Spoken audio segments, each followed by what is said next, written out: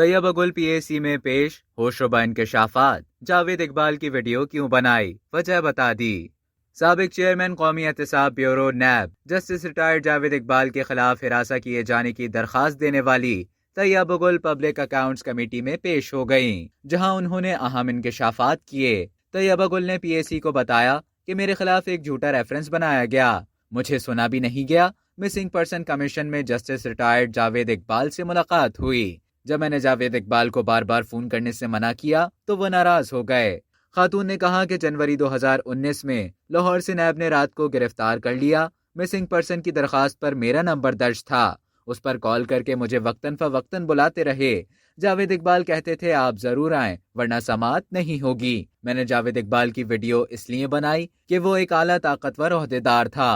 मैं चाहती थी इस शख्स की हकीकत सामने आए। तैयबा गुल ने बताया कि चेयरमैन नैब ने कहा कि नैब में मुश्किल होता है, मिसिंग पर्सन कमीशन में आकर मिला करें। जावेद इकबाल कहते थे 1 मिनट में तुम्हारी जिंदगी तबाह कर सकता हूँ। जावेद इकबाल ने कहा किसी दफ्तर में तुम्हें देखा तो तुम्हारे टुकड़े झंग जाएंगे। उन्होंने बताया कि चेयरमैन नैब ने मुझे और मेरे शौहर फारूक को गिरफ्तार करवा दिया।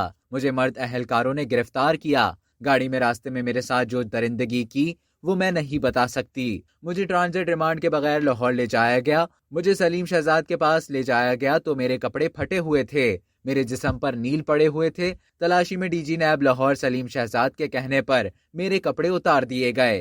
तैयबा गुल ने कहा कि मिसिंग पर्सन कमीशन में जावेद इकबाल का पर्सनल स्टाफ अफसर राशिद वानी उसका सहूलतकार है। आज तक मेरी कोई एफआईआर दर्ज नहीं हुई, किसी अदालत ने मेरी बात नहीं सुनी।